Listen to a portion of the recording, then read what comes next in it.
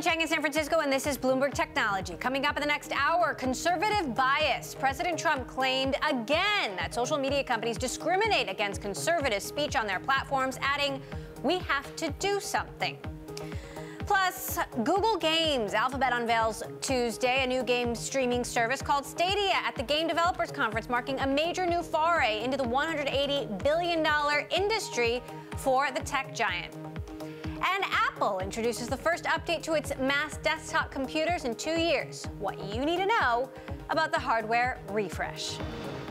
But first, to our top story, the president is once again complaining that social media companies like Facebook and Google are silencing conservative voices.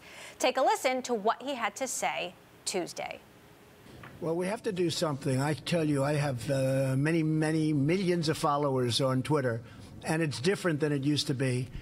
Things are happening. Names are taken off. People aren't getting through. You've heard the same complaints. And it seems to be if they're conservative, if they're Republicans, if they're in a certain group, there's discrimination and big discrimination. I see it absolutely on Twitter and Facebook, which I have also, and others I see. And yet, despite that, the president's 2020 re-election campaign is spending heavily on social media.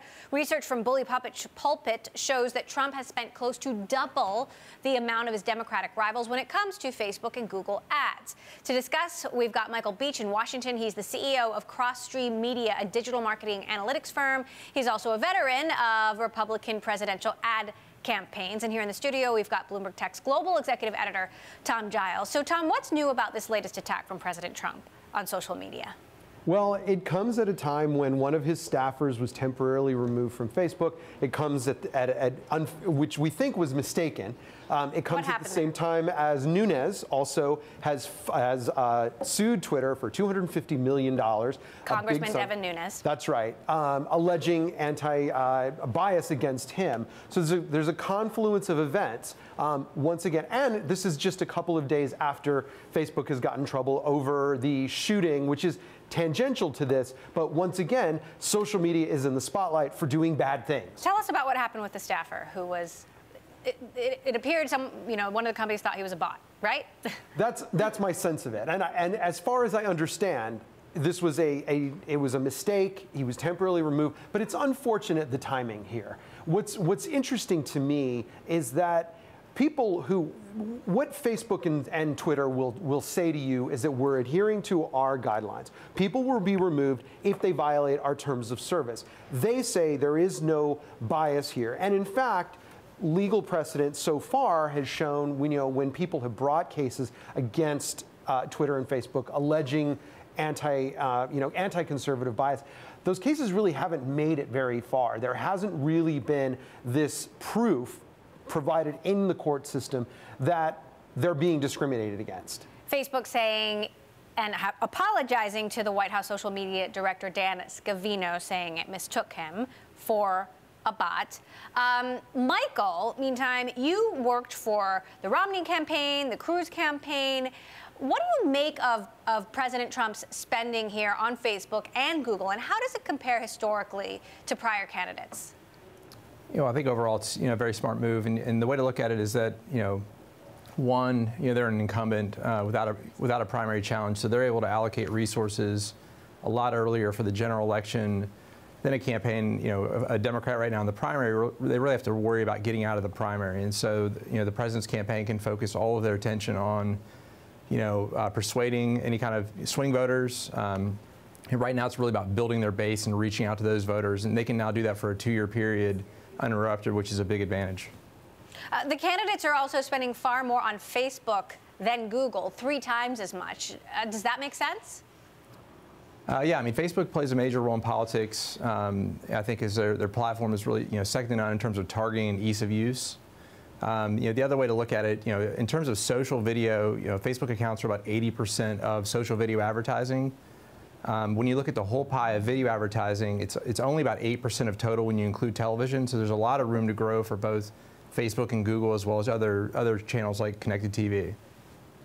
Now, Tom, meantime, all of these platforms are battling issues around hate, misinformation. As you mentioned, Representative Devin Nunes has sued Twitter for $250 million in damages and users behind anonymous Twitter accounts that he claims have smeared his name. Well, isn't this a little bit like welcome to Twitter? I mean, haven't many famous people and not famous people had their names smeared on Twitter? People say a lot of terrible, terrible things about other people on Twitter, and I think we've all experienced it. Anyone who is a even somewhat public figure can understand this, and folks on the right, folks on the left have been victimized, and folks on both sides have been the bullies, if you will. Is there any precedent for a case like this? Because I wonder, is he onto something? Well, again, so far, there have been a couple of cases that have made their way into the court system, but very recently, in a case against Facebook, one of the judges appointed by Donald Trump dismissed the case. There hasn't been proof provided that these kinds of activities are going on, and in fact, it's very much in Twitter and Facebook's interest. They've been criticized for this anti-right bias for a long time, and they are going out of their way to try to demonstrate to their audiences that this doesn't exist. And I mean, to me, I look at folks across the political spectrum who seem to have no problem getting their message across. They're not being silenced, and in fact, their voice, Donald Trump, from the beginning, has used Twitter to amplify his voice and amass an increasingly growing following, despite the number of people who say he violates terms of service and he should be kicked off Twitter. Meantime, I spoke with Trump's 2020 campaign manager, Brad Parscale, last year, and he talked about how they're going to continue to double down on these social media and tech platforms, but watch how they evolve. Take a listen to what Parscale told me. If you're watching Facebook for 4 hours this year, but next year you're watching 3 hours of Facebook, but 1 hour of YouTube, that changes. So we're going to monitor where eyes are going. I think YouTube continues and Google continues to work on that platform and make improvements. I think what Google's done to the search algorithm also to put YouTube results at the top, they continue to put a lot of focus and they understand the value of that platform. So we're watching it closely. We're using it for a lot of things now. We're using it probably more now than we even were in 2016. Now, Michael, do you think the scandals and controversies that are impacting Facebook and Twitter and YouTube, do you think that could influence the candidates' ad spend, or do they really have nowhere else to go? Well, I mean, they have plenty of other options, but I think if the scandals don't impact the user base of these platforms, then the money is still going to flow there from an advertising perspective, whether it be political or non-political. And do you think the Democratic candidates need to step it up and sort of match what President Trump is doing on these platforms? Well, remember, they're playing a different game. So for the next 12 plus months, they're in a primary where really their entire voter base are Democrat primary voters. And so you're talking about maybe 20% of total voters is their entire audience to win the primary, whereas the president can think about the general election for the next year plus. And so that's a big advantage. They're talking to completely different audiences. The president's talking to the conservative base and swing voters, and the Democrats are just talking to the Democrat base. All right, so we'll have to compare when there is a nominee. Okay, Michael Beach of Crossstream Media and our very own Tom Giles, thank you both. Well, the U.S. Department of Transportation has asked for a wide-ranging review of how the government and Boeing certified the 737 MAX, the jet that has been involved in 2 fatal accidents since October. The 737 MAX family of jets was grounded by the FAA last Wednesday after evidence surfaced linking the October 31st Lion Air crash and Ethiopian Airlines crash on March 10th. Coming up, Google is pushing into the video game industry. What we know about the company's new Stadia streaming service next. And if you like Bloomberg News, check us out on the radio, listen on the Bloomberg app, Bloomberg.com, and in the U.S. on SiriusXM. This is Bloomberg.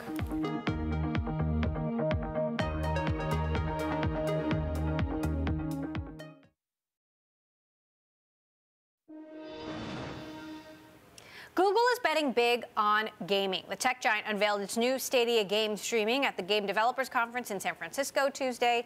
Stadia will let players access high-end games through the web without purchasing expensive consoles or personal computers.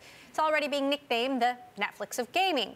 Google also introduced its own game controller for console-like gaming on a computer or smartphone, though much remains to be seen about how well this will work. I spoke with Google Vice President Phil Harrison following the announcement. Take a listen. We see it as the new generation of game platforms that combine the world of watching games and playing games into one seamless experience.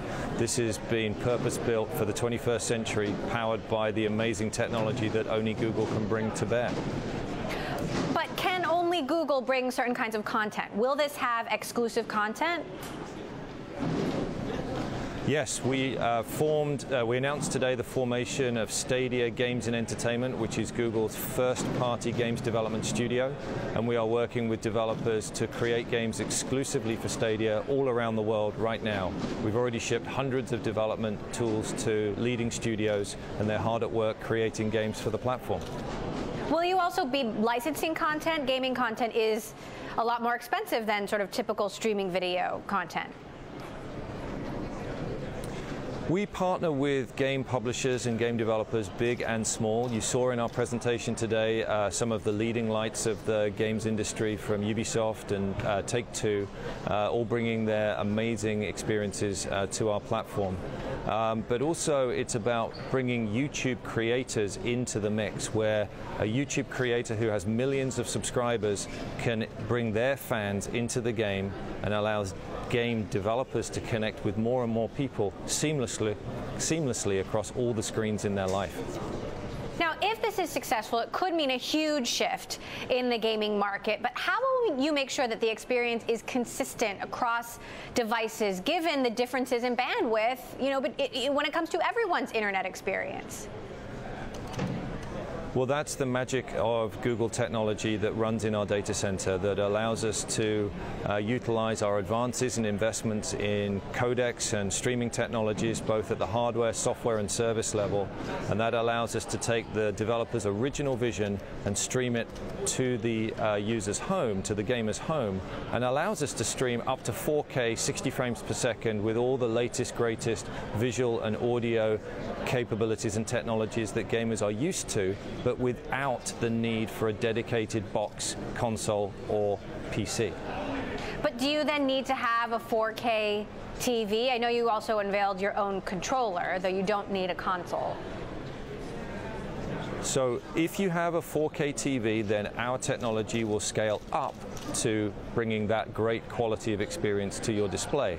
But if you have a laptop which is less resolution, lower resolution, then our technology will adapt the stream to mean that we bring the best quality to the device that you play on. And as we showed in our presentation, you can seamlessly move between devices, whether it's on a phone, a laptop, a tablet, a PC, or a TV. The same game moves instantly and seamlessly between those devices. The game streaming market could balloon to an estimated $11 billion. How much of that do you think Google could capture? Well, the games industry is on its way to $140 billion this year, and we at Google already enjoy a significant partnership with game creators and developers all around the world through our Android Play and YouTube platforms. And with Stadia, we think there's an opportunity to grow this even more. If we can give more players the chance to connect with more games more seamlessly, this will grow the market for everybody. How could this fit into Google's AR and VR efforts in the future? I'm sorry, could you repeat the question, please? How could this fit into Google's augmented reality and virtual reality efforts in the future? So Google continues a lot of very interesting and exciting R&D efforts, but we don't have anything to announce today. My interview there with Google Vice President Phil Harrison. To discuss Stadia further, we're joined now by our Bloomberg intelligence analyst, Matt Canterman. So Matt, what do you think of what Google has unveiled and how disruptive this can be? I mean, the future of gaming seems to be in the cloud. That's where everyone's driving towards. It just seems like we're at a point in time where the technology is just starting to come together. The platforms are just starting to emerge. It's very early, and as of now, without exclusive content, Google, you just saw the interview, they alluded to starting their own studio. That doesn't happen overnight. That takes roughly 5 years to get a product off the ground. And so they just hired Jade Raymond to run their studio. She's very well known in the industry, but at the end of the day, it's going to take several years for the infrastructure, for the content to be in place, for this to be a real business for Google. Up until then, Microsoft, Sony, the incumbent PC platforms like Steam are going to do just fine. Do you think what they are attempting to do is technically possible, given, the quality of, video games in and of themselves? Is it really possible to recreate that in the living room without all the gear? I like to say it's a pipe dream until the pipes improve, in the sense that the internet networks, the telecom networks, are the real hindrance to growth here. 5G is going to play a big part in getting this off the ground, the ability to deliver much more high-speed, low-latency broadband to many more people at a much lower cost, but also to every device is going to be a huge portion of it. Right now, most people don't have a broadband connection that's capable of running a service like Google's trying to offer here with Stadia, or what Microsoft's trying to do with xCloud. But over time, as fiber connections rise, as 5G penetration rises, we might get to a point in the next, call it 5 to 7 years, where, okay, now we can hit an inflection point and see this market really start to take off. Now, the gaming industry is struggling with addiction. Doesn't this mean if you can just stop a game on your computer and continue it on your phone in the car, that this is going to make gaming even more addictive? I think games do a lot of good things, especially for youth. It teaches you how to collaborate with people. It can, in many cases, teach you how to code, like games like Roblox do. But obviously, there's, too much of a good thing is a bad thing in many cases, and gaming's no exception. And that's just where things like parental controls, which Google did allude to, come into play, limiting screen time in general across entertainment products, not just for games, whether that's watching video or social media. Those are all things that internet companies, gaming companies need to be socially conscious of, and that's something that Google did announce as part of the Stadia unveil today. All right, Bloomberg's Matt Canterman, thank you so much for weighing in. Coming up, Facebook may be under scrutiny for bias, but the social media platform is now seeking to resolve a different crisis around its ad targeting. We'll discuss. And Bloomberg Tech live streaming on Twitter. You can check us out at Technology, and be sure to follow our global breaking news network, TikTok, on Twitter. This is Bloomberg.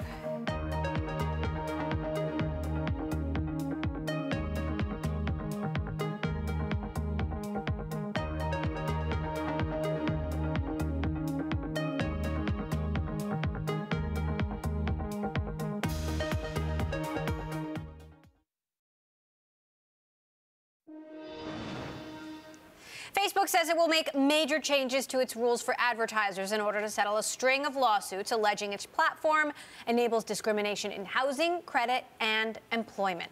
The partial resolution of the long-running litigation over discriminatory ad strategies is a rare bit of good news, you might say, for the embattled company. Joining us now to discuss, Bloomberg's Josh Idelson, or its Facebook attempt to resolve some bad news, right? What does Facebook have to do differently under this settlement? So as part of this settlement, which the ACLU says is sweeping changes to the platform, now ads for housing, employment, and credit will not be able to be targeted specifically based on people's gender or their zip code or their age. Also, when Facebook uses its algorithm to create what they call a lookalike audience, where they put together people to serve your ad to who are similar to the customers or employees you already have, they also won't do it based on those criteria. Facebook will have robots and people testing compliance of these ads. They'll have their advertisers have to certify that they follow non-discrimination laws. They'll be meeting with the plaintiff groups. They'll make it so that if you're looking for housing, you'll be able to do a search of all the ads other people are able to see for housing, even if they're not targeted to you. Now, Sheryl Sandberg in a statement said today's changes mark an important step in our broader effort to prevent discrimination and promote fairness and inclusion on Facebook. Facebook was under a lot of pressure to resolve this. I mean, the NBC has called for NAACP has called for Facebook boycotts. How much pressure was Facebook under here? There's been increasing pressure on this coming from the NAACP, fair housing groups, members of the Senate of both parties. the ACLU. And this is something that's been going on for quite some time now, a series of lawsuits, Equal Employment Opportunity Commission charges, and it's presumably something the company is glad to potentially put behind us. Now, ad targeting, like putting up signs in neighborhoods, has been, common practice for decades. What makes this different? So Facebook has argued that there are situations where it's helpful to target ads to particular audiences. The point that scholars make is if an ad is put in a magazine you don't read or a neighborhood you don't live in, you could at least incidentally come across it. But on the internet, if you're digitally redlined out of it, so to speak, if the job is only posted there, it could essentially be impossible for you to ever even know about a job that you might be qualified for, even if you're not the type of person, so to speak, that the employer was looking to hire. Could the removal of some of these lines impact other kinds of advertising?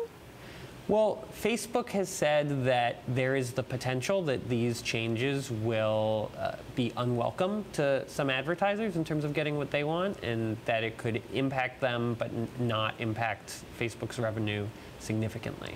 Does this end all of the lawsuits, or are there still disputes out there simmering? There is still simmering, escalating litigation against some of the companies that allegedly advertised in a discriminatory way on Facebook. So named defendants like Amazon and T-Mobile, a class of arguably hundreds of advertisers, they have a hearing in court next month. So it remains to be seen, of course, how this will be executed. And, Facebook has often made these grand pronouncements, and then when you see the execution, there are mistakes being made. What will you be watching for? Well, they're going to be meeting with the plaintiff groups, including the Communications Workers of America Union, which is separately in a coalition calling for the breakup of Facebook. So when they get together with that union, with the ACLU, with the housing groups every 6 months, it will be interesting to see what happens. All right. Bloomberg's Josh Adelson, as always, thank you for your coverage of these issues. Appreciate it. Thank you. Coming up, if you like what you see on Instagram, now you have the option to buy it. We've got the details on the social network's new e-commerce strategy next. And later in the show, another day, another Apple product update. This time, it is the iMac's turn. We will discuss the model and more. This is Bloomberg.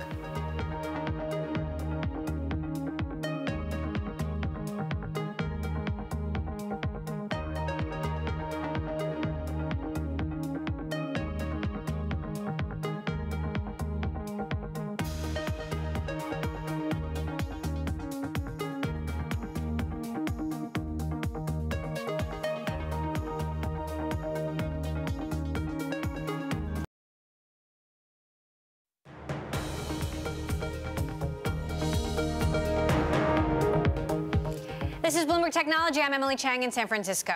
After years of posting beautiful images of food, fashion, and design on Instagram, people will now be able to buy items they see and like directly through the app.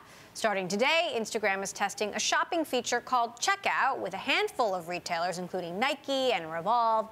Shoppers will be able to pay with Visa, MasterCard, Discover, and PayPal. Joining us to discuss, PayPal Chief Operating Officer Bill Reddy. Also with us, Bloomberg Tech Sarah Fryer, who covers Instagram. So Sarah, how will this work? So basically, in the Instagram app, you will be able to check out and purchase a product, which is unlike what we've seen before. Previously, they would redirect you to a retailer's website or app where you could complete your purchase. But what this does for Instagram is it gives them another line of revenue beyond advertising, which is going to be extremely significant to their business over the long term. You wonder just how significant, Bill. How much business and traffic do you think this will drive for PayPal? Well, this is building on a phenomenon we've seen for a long time of small businesses and other retailers having many new forums in which they're meeting buyers. And we think checkout on Instagram is a really great new experience, and Instagram itself has been a great forum for sellers to meet buyers. And as Sarah was just commenting on, this has been building for a long time in terms of buyers connecting with brands or with sellers there and then linking off to that seller's site. Now they'll complete the purchase right in context on Instagram. We think can help more of this activity happening, but this is something we hear from sellers all the time, that's a very important forum for them. And so we think this is quite an interesting new place for sellers to meet more buyers. So it's interesting, but how big do you think it can be for you? Well, if you look at our marketplace and partner business, separate from eBay, who continues to be a partner that we've worked with for a long time, but our top 20 marketplaces that we work with are already $85 billion in volume for us last year alone, and growing at 41% year on year. So that is a very large segment of our business, growing quite rapidly. And so our aspiration is that we want to connect our 30 million plus sellers to all the very best places for them to sell. And I think this is one of the important trends in commerce, is that a decade ago there was one place or a couple places that a seller could go, particularly a smaller seller could go to sell online. Now there's this explosion of new forums that they can go sell, and we want to help connect sellers to all the best places where they can meet buyers. And we think Instagram is quite important in that. And so we're quite excited about Instagram enabling native checkout right inside the Instagram, inside of the stories there. And we're quite excited to be powering some of those capabilities, particularly buyer transactions, as well as the seller side of those transactions as well, and partnering with them to help enable those experiences. So, Sarah, Facebook's going through a lot of changes. We just talked about some changes to ad targeting around housing and credit ads. Mark Zuckerberg has said the company is going to shift towards more private communications. Lots of questions how that will impact the ad business. How much revenue do you think this will drive, Instagram commerce will drive, for the Facebook company?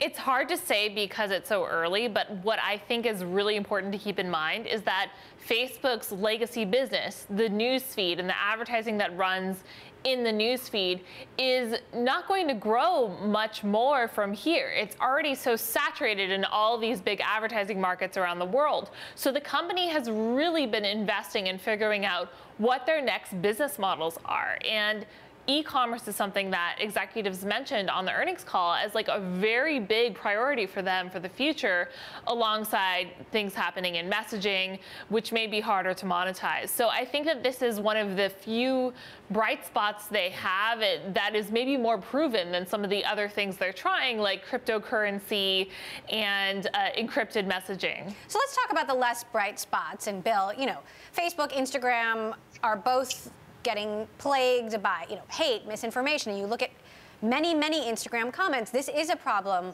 on Instagram. Does that concern you about being associated with that? Well, we've partnered with Facebook across multiple forums for some time. We have a growing partnership there, and one of the things that we enable is fraud tools, things that enable marketplace and partner operators to go make sure that they're getting buyers that are legitimate buyers, and they're getting sellers that are legitimate sellers. This is something that across all the different forums we enable, we provide buyer and seller protection in those different forums. So separate from how we engage here, across the way we engage with our consumers and merchants, we help consumers shop without sharing sensitive financial information. We help merchants connect to more of these forums. And so, certainly there's a number of things that are being addressed across some of these places, but can this be a great forum for commerce? I think you already see a number of sellers really engaging with buyers there. And so I think it's already a great forum for that. This only makes it better. And we're excited to partner on this, and not only providing tools that help with the purchases coming in and the sales going out, but also how you go combat fraud and these types of things. One question for you, Bill. Do you think that consumers will have any hesitancy about sharing their credit card number with Facebook through this kind of transaction, or will PayPal prevent that from having to happen? Well, this is something, when you use the PayPal button, broadly, when you use that PayPal button, it's helping you to go complete a purchase without having to go through the friction of adding a card. That said, there are going to be plenty of users that want to go provide a card directly, and we're helping to enable those transactions as well. So users can make those determinations of where they feel comfortable with that, but that's one of the things that we provide, is the ability to go check out and not have to go type those things in, which takes friction out of the process in any event. But either way the user wants to do that, we're going to give the user that choice. You're taking friction out of the process, but I guess to Sarah's point, in light of all of the, more recent privacy concerns around Facebook, do you think users are going to want to share and store their payment information with Instagram today? I think you see a lot of users really wanting to go connect with sellers and with brands there already. So certainly, making it a place where users feel comfortable doing that is important, and is something that we're working together on. I think it's something that PayPal as a checkout option certainly helps with directly, but I think you see a lot of users already engaging there. So I think the question of, do users want to engage in that forum, I think that's already happening. And I think this is something that makes that even better for those users and more seamless for those users. So Sarah, we mentioned Nike, Revolve. What other retailers are kicking this off? I think that it's just going to be a very small group for now, but what I'm most excited about is in the future, all of these people that have created their businesses on Instagram based off their followings will be able to build a marketplace there, and that's going to be like uncharted territory. So we will be able to buy Kylie Jenner's lipstick on Instagram, is that what you're saying? I think one day we will be, and that these businesses, Glossier today just had a more than $1 billion valuation in their latest round. These businesses that have been built up via Instagram followings will have a more direct way to sell, and maybe we'll be able to see a little bit more into how that works, how big that market is. All right, Sarah Fryer for Bloomberg Tech, PayPal COO Bill Reddy. Bill, thank you so much for dialing in today. Good to have you. Well, Tesla's manic year of production took its toll on workers. Staff at the automaker's lone assembly plant in Fremont, California spent almost 3 times as many days off the job because of work-related injuries and illness in 2018 as the year before, an indication of just how much strain they were under as they manufactured electric cars at scale for the first time. When taking headcount growth into account, the amount of time away per worker doubled last year, according to Tesla's report to the Occupational Safety and Health Administration, while the overall rate of injuries per hour of work remained roughly the same as in 2017. Coming up, using AI and video games to reinvent school testing. We are going to hear from a Harvard dropout who has a plan to even the playing field in higher education. This is Bloomberg.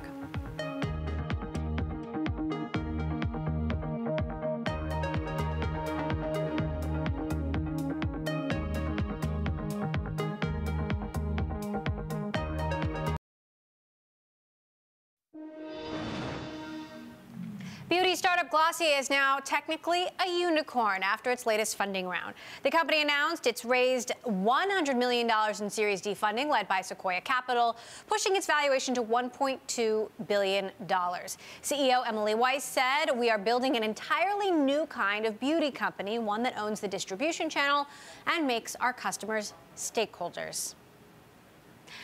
LA-based startup Embellis has a plan to fix college admissions, and boy do we know they need fixing after 50 parents, coaches, and test administrators were indicted in a wide-ranging scam. The idea here is to find a better way to test for critical thinking skills and better link education to employment. The company's founder is a 27-year-old entrepreneur who dropped out of Harvard. Rebecca Cantor will also be on the cover of this week's issue of Bloomberg Business Week. She spoke with Bloomberg's Carol Masser and Jason Kelly. The ears who this argument certainly resonates when they hear kind of the approach of relinking education to employment as employers. There's an interesting, actually, Bloomberg Next poll that shows about 40% of students feel they're prepared for work when they leave the entire education system, and 40% of employers feel that students are prepared for work. Interestingly, 72% of college providers feel their students are prepared for work. So there's a little bit of asynchronicity in terms of where perceptions are of the value of an educational experience and an employment experience. And it's not unreasonable because there probably are some colleges that do really prepare kids for work and for life, and there are others that really don't. And so I think what has to happen now, and what we're seeing some positive reception around, is employers have to take the lead on saying, here are the skills that are becoming more important in an age where human intelligence is involving higher order thinking skills, and machine intelligence is doing the lower order ones. We've got to see collaborative problem solving. We've got to see people who can imagine and create. We have to see that people can synthesize quickly with new information, with data, that they can build a cogent argument. And, you know, there's some of that in standardized testing today, but it's kind of this myopic view. It's a little bit of argument supported by some evidence. And the challenge is, you know, how often for all of us are we dealing with a static system where everything's written down for us and there are no changing new rules or information? Never. So you need technology that can really bring forward the employer's desires into the education market as a reality in a tried and tested tool as an educational standard. And that's what makes our job so hard. You know, it's not a quick process to go out and find those definitions of skills that matter. Not one standardized. No, and then you've got to bring it in. But I would say that argument of bringing the employers into the conversation about how their work is changing, what the future is going to require, and bringing that back, many parents care, you know, and they're choosing that with their dollars. My goal is definitely to set a higher floor for high schools. So know that some schools are going to do a crappy job teaching differently, and it's no fault of theirs. There's all sorts of systemic problems that make it hard to teach. But perhaps if you can relieve a little bit of that pressure around content, a little bit around teaching so many different modules of AP biology or science curriculum or history curriculum, not get rid of it, just reduce a little bit and focus on a few concepts. Maybe some schools choose to bring that to life with solar-powered go-kart races. Maybe other schools in Pasadena choose to have kids intern at JPL for a couple weeks. Whatever the scenario is that's best for those kids, I want a test that we deliver to be generalizable enough that their progress shows up and that we recognize what they have. And it doesn't mean that all kids who do well on the SAT are going to do poorly on our test. I would expect many who do well on the SAT are going to do well on our test and vice versa. But maybe some kids who are total diamonds in the rough, who are out there slogging through a lot of content that doesn't land for them. Maybe there's a way to recognize some of the skills they have going on behind the scenes, whether they got that in a job after school or watching a sibling or over a summer. I hope that our tests are able to at least set a new North Star for the system. You can read about Rebecca Cantor's company, Embellis, in this week's Bloomberg Business Week and hear from more of the magazine's subjects, reporters, and editors every Saturday and Sunday on Bloomberg Television and Radio. Still ahead, by 2021, mobile games are expected to become a $100 billion market. But is Google's entrance into the video game industry a threat to established game makers? We will discuss next. This is Bloomberg.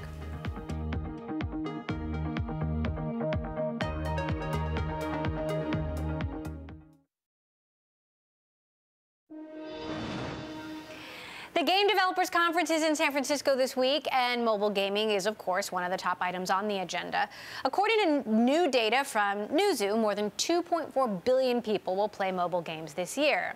Major game studios like Zynga got a head start in this lucrative market. Zynga has completed 2 mobile gaming acquisitions in the last year. Joining us to discuss Zynga and industry trends, Zynga CEO Frank Gibeau. Frank, good to have you back here on the show. Great to be here. Thank you. So obviously Zynga struck gold with hit games like Farmville, Words with Friends, Zynga Poker, and then there was a really long dry spell, and you were brought in to turn the company around. What does the new Zynga look like today? The new Zynga is a mobile-first company. We are completely focused and dedicated to driving what we call forever franchises on mobile. Wasn't Zynga always a mobile-first company? No, it was on the web. It really made its name on the Facebook platform back in the day on Canvas. And then when the transition of the market from Facebook Canvas to mobile happened, Zynga got out of position. And so when our team came in 3 years ago, our job was to transition the company fully over to mobile, get Farmville and Words with Friends and Zynga Poker to be working on mobile in a much bigger and more effective way. And that's what we've sought out to do, and that's what we've accomplished. So for you, is it still about just creating these hits and then making sure you can create another one?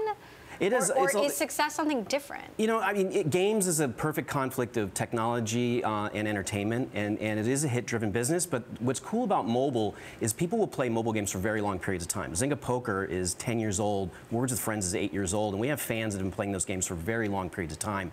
And because we have a free-to-play model that's accessible to everyone, it's really important to bring them into the game and then give them enough due to so they stay in the game for as long as possible. So it's a live operations kind of mentality. It's very fast, it's very quick. And it's focused on daily rewards. You worked at EA for 2 decades. Yes. And you've got Google now trying to enter the gaming industry. It's already being called the Netflix of gaming, which might be overly optimistic. But what do you think of Google's efforts here?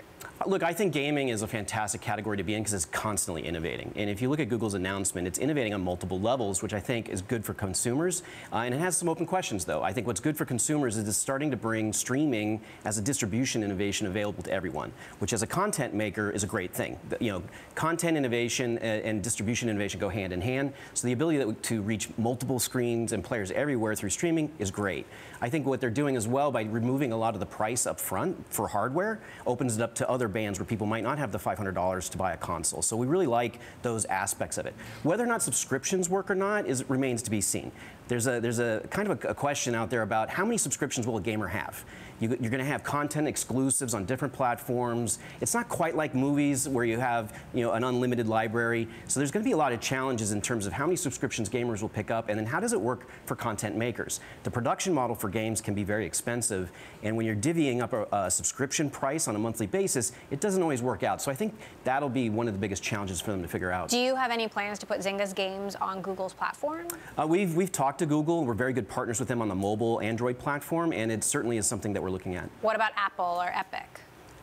There is a bit of a Store Wars thing going on right now. Again, another distribution innovation that I think benefits content makers like ourselves. So, we're platform agnostic, and we will make games available to fans wherever we can.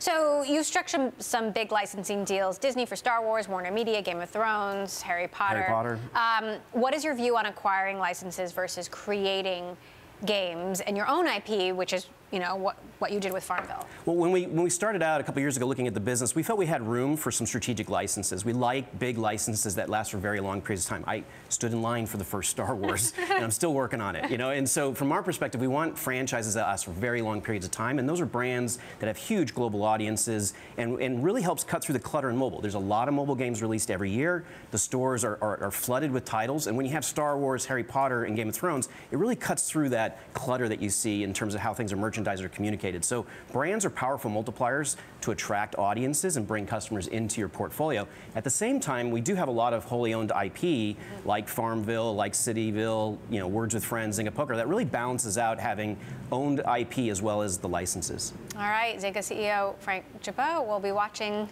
Zynga this year. Thank you very much for stopping by. All right, Monday, we saw the new Apple iPad lineup. Now, Tuesday, we're getting a glimpse at an updated iMac desktop computer. This is the first update to this product line in 2 years. The once dominant product for Apple has taken a back seat to the iPhone in the last decade. For more, I want to get to LA, where our own Mark Gurman is standing by. So, Mark, why all the updates in 1 week? Yeah. Right. It seems like, first of all, Apple wants to clear the deck ahead of their March 25th services event, where they're announcing their Netflix competitor. But what we're also seeing from Apple is sort of a strategy where they're updating all of their products that they've really let languish in recent years. If you go back to October, they updated the Mac Mini and the MacBook Air. Those products hadn't been updated in about half a decade, and in the Air's case, hadn't been redesigned in about 8 or 9 years. Fast forward to 2019, the iMac hasn't been updated in 2 years, they're updating it. The iPad Air was discontinued years ago in favor of the iPad Pro, and they brought that product back after 3 or 4 years. Likewise with the iPad Mini. The iPad Mini hadn't been updated since 2015, and now they're updating that. And there's also talk that there's going to be a new iPod Touch this year. So there's a lot of things that have been long in the tooth that they're finally getting to, and it seems like they're listening to the consumers and basically giving every consumer what they're asking for. Meantime, Reed Hastings has confirmed in a rare interview that Netflix won't be part of Apple's new service, which we expect them to unveil on Monday. What do you make of this? Yeah, so this was an interview yesterday with Lucas Shaw, who covers entertainment for us in Los Angeles. And Lucas asked him if they're going to be part of the new Apple streaming service. And it's important because a big part of Apple's service is partnerships with other companies, given they have such few shows and movies ready from the original side. And, Reed Hastings said, hey, we're not going to be part of it. We'd rather people use our service. And it makes sense. Netflix has been trying to distance itself from Apple in recent years. They no longer are a revenue share partner for subscriptions through the App Store. They have people subscribe externally, so Apple doesn't get a 30% cut. So it makes sense that they would want to be a competitor here rather than a partner. So is it a loss for Apple that Netflix won't be on its platform? It's not necessarily a loss for Apple, but what we've seen before are partnerships, other companies clamoring to partner with Apple. Apple typically was able to come to companies, ask them to join, take a large revenue slice, and come from a position of power. Whereas now, Netflix, they really have no reason or incentive to partner with Apple, whereas other services, you've seen companies wanting to jump in with Apple pretty quickly. So you and I are going to be at this event on Monday. Are we going to see celebrities? Like, is Oprah going to be there? Well, you're going to be there, so we'll see. We'll see at least one. But Apple is going to be working with Oprah eventually. It's to be seen if she's going to be there. We know that Jennifer Aniston may be there. J.J. Abrams, a big-time executive producer, is going to be there. I'm sure there'll be a few others sprinkled throughout the crowd. At least on stage, we'll see them in different promotions. My belief is they're going to show some trailers or videos really promoting some of the original content, shows and movies that they've been preparing. So we'll see them at least from that perspective. And yes, Mark Gurman is going to be there. He is a celebrity at these Apple events. He gets a lot of selfie requests, let me tell you. And you always agree. Thank you, our very own Mark Gurman. That does it for this edition of Bloomberg Technology. We are live streaming on Twitter. Check us out at Technology, and be sure to follow our global breaking news network, TikTok, on Twitter. This is Bloomberg.